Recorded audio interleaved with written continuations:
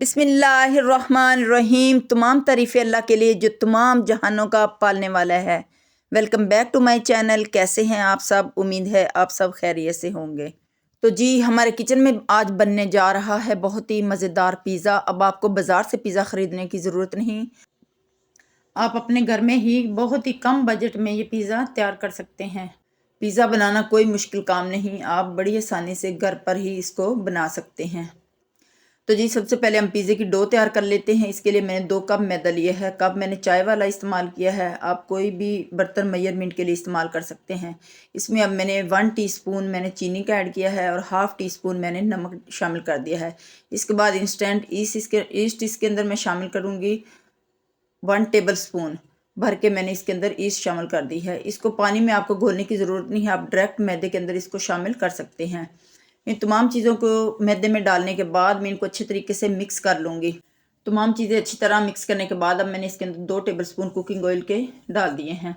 Cooking oil डालने के बाद हम इसको अच्छे तरीके से मिक्स कर देंगे। इसके बाद मैंने 1 कप नीम गर्म दूध लिया है।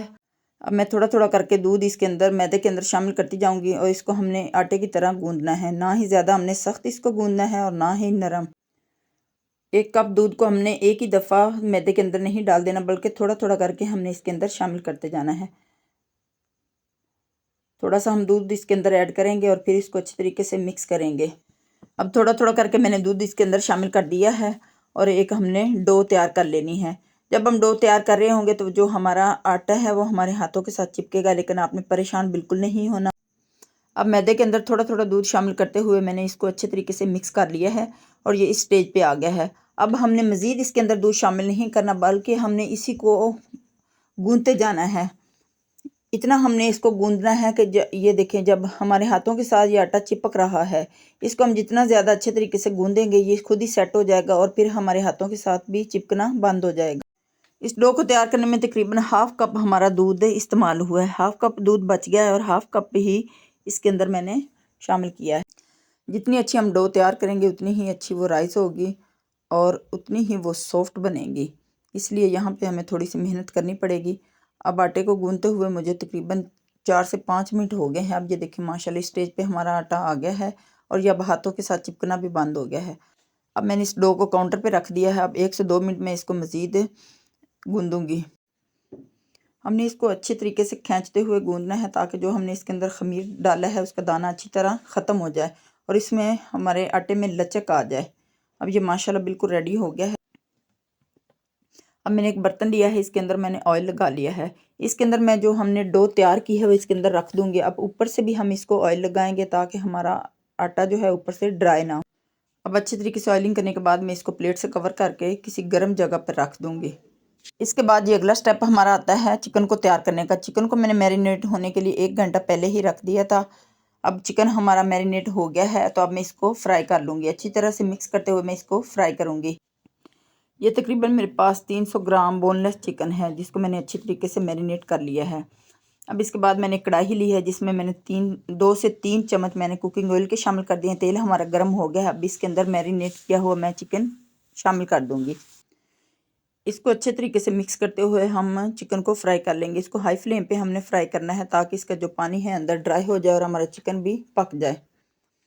चिकन को मैरिनेट करने के लिए मैंने जो चिकन लिया है वो तकरीबन 300 ग्राम मैंने चिकन लिया है जो कि बोनलेस चिकन है। इसके अंदर मैंने half teaspoon chilli flakes, half teaspoon काली मिर्च, हाफ़ टी स्पून नमक और हाफ़ टी स्पून ही मैंने सुरख मिर्च का इस्तेमाल किया है। 3 से 4 चम्मच मैंने इसके दही के डाले हैं और हाफ़ टी स्पून मैंने इसके अंदर सिरके का शामिल किया है। इन तमाम चीज़ों को अच्छी तरह मिक्स करके मैंने इसको मैरिनेट होने के लिए 1 घंटा छोड़ दिया था। अब यहाँ पे देखिए चिकन हमारा तकरीबन पकने के करीब है। इसमें जो पानी था वो ड्राई हो गया है। इसको मैंने 2 से 3 मिनट के लिए कवर करके रखा था ताकि जो हमारा चिकन है वो अच्छी तरह दही के पानी में पक भी जाए और इसका पानी भी ड्राई हो जाए। अब चिकन हमारा रेडी हो गया है। अब आते हैं हम अगले स्टेप की तरफ। अगला स्टेप है जी हमारा पिज़्ज़ा सॉस तैयार करना। पिज़्ज़ा सॉस के लिए मैंने 3 से 4 टेबल स्पून टमाटो केचप के लिए हैं। उसमें 1 टीस्पून मैंने chilli flakes, half teaspoon मैंने काली मिर्च पिसी हुई और हाफ़ टी स्पून इसके अंदर मैंने नमक, हाफ़ टी स्पून बारीक पिसी हुई सुरख मिर्च और हाफ़ टी स्पून मैंने इसके अंदर चीनी डाल दी है। उसके बाद मैंने ऑरिगेनो लिया है, ये आपको किसी भी बेकरी से मिल जाएगा। उसका मैंने हाफ़ चम्मच इसके अंदर शामिल कर दिया है।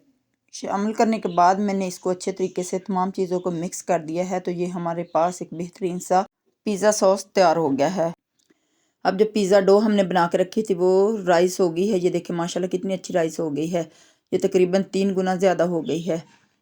अब इसके बाद आप कोई भी ट्रे ले लें। अगर आपके पास पिज़्ज़ा ट्रे नहीं है तो आप इस तरह की कोई भी प्लेट या थाली इस्तेमाल कर सकते हैं। इसको मैंने अच्छी तरह ऑयल लगा लिया है। अब आते हैं जी हम पिज़्ज़ा डो की तरफ। इसको रखे हुए तकरीबन मुझे 2 घंटे गुजर चुके हैं।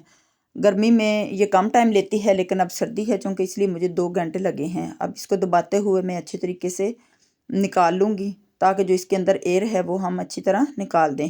इसलिए थोड़ी देर के लिए हम इसको दबाएंगे ताकि जो हवा वगैरह इसके अंदर भरी हुई है वो सारी निकल जाए। अब मैंने उस डो को बाहर निकाल लिया है। यहाँ पे हम थोड़ा सा मैदा डस्ट करेंगे और यहाँ पे हम इसका अच्छी तरह इसकी हवा निकालने के बाद हम इसका पेड़ा बनाएंगे। जिस तरह हम रोटी का पेड़ा बनाते हैं इस तरीके से हमने इसका पेड़ा बना लेना है। अब इस डो को गोल घुमाते हुए मैंने इसका एक प्यारा सा पेड़ा तैयार कर लिया है। अब हम इस पेड़े से रोटी तैयार करेंगे। जिस तरह हम रोटी तैयार करते हैं उसी तरीके से हमने इसकी रोटी बना लेनी है। अगर आप हाथों की मदद से फैला के बना सकते हैं तो बना लें, नहीं तो आप बेलने का इस्तेमाल भी कर सकते हैं। यहाँ पे बेलने की मदद से मैंने इसको बड़ा कर दिया है। अगर ये आटा आपका बेलने के साथ चिपक जाए तो आप इसके ऊपर थोड़ा सा मैदा डस्ट कर सकते हैं। यहाँ पे मैंने थोड़ा सा मैदा इसके ऊपर डस्ट किया है और इसको बेलने की मदद से हम बड़ा कर लेंगे। जिस शेप का आपका बर्तन होगा उस साइज़ का आप इसको बड़ा कर लेंगे। यहाँ पे मैंने गोल प्लेट ली है तो इसलिए मैं इसको गोल रोटी की तरह बड़ा कर लूँगी। अब यहाँ पे बेलने की मदद से बेलते हुए मैंने इस डो को अपनी प्लेट जितना बड़ा कर लिया है। अब मैं इसको उठा के इस प्लेट के अंदर रखूँगी।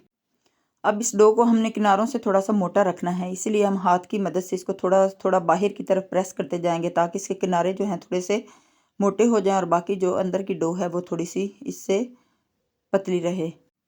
अब डो को बाहर की तरफ दबाते हुए मैंने अच्छे तरीके से प्रेस कर दिया है और ये देखिए माशाल्लाह हमारी प्लेट के जितनी हमारी डो तैयार हो गई है। अब हम एक फोक लेंगे, उसकी मदद से हम इसके ऊपर निशान लगाएंगे। ये ऐसा इसलिए करना ज़रूरी है ताकि जब हमारा पिज़्ज़ा बेक हो तो ये ऊपर की तरफ फूले नहीं। अब मैंने सारे पिज़्ज़े पे इस तरह निशान लगा लिए हैं। इसके बाद हम इस पर पिज़्ज़ा सॉस लगाएंगे।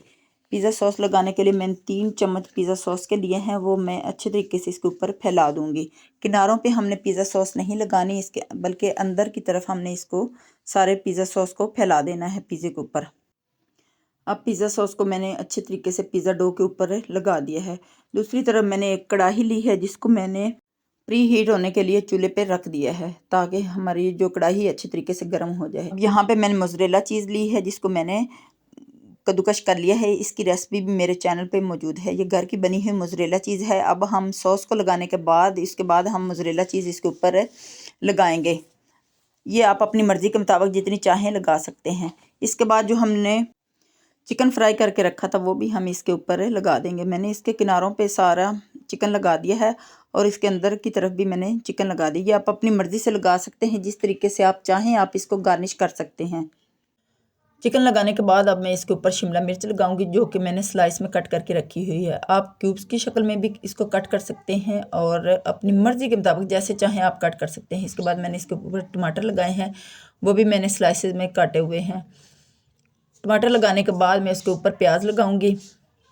प्याज लगाने के बाद मैं दोबारा इसके ऊपर थोड़ी सी चीज़ लगाऊंगी। ये चीज़ मैंने घर में बनाई हुई है, इसकी रेसिपी मेरे चैनल पे मौजूद है, आप विज़िट कर सकते हैं। अच्छी तरह इसके ऊपर चीज़ लगाने के बाद मैं दोबारा इसके ऊपर थोड़ा सा चिकन लगा दूंगी ताकि ये मज़ीद देखने में भी अच्छा लगे और खाने में भी ज़रा भरा भरा हमारा पिज़्ज़ा तैयार हो जाए। अब पिज़्ज़ा हमारा बिल्कुल रेडी हो गया है। अब मैं इसको बेक होने के लिए कढ़ाई के अंदर रख दूंगी जो कि हमने पहले प्री हीट करके रखी हुई थी। अब मैंने थोड़े से इसके ऊपर ओरिगेनो और थोड़े से चिली फ्लेक्स डाल दिए हैं। ओरिगेनो से इसकी खुशबू बहुत ही प्यारी आएगी। अब मैंने दोबारा कवर हटा दिया है। इस पिज़्ज़े को बेक होने में तकरीबन 30 से 35 मिनट लगे हैं।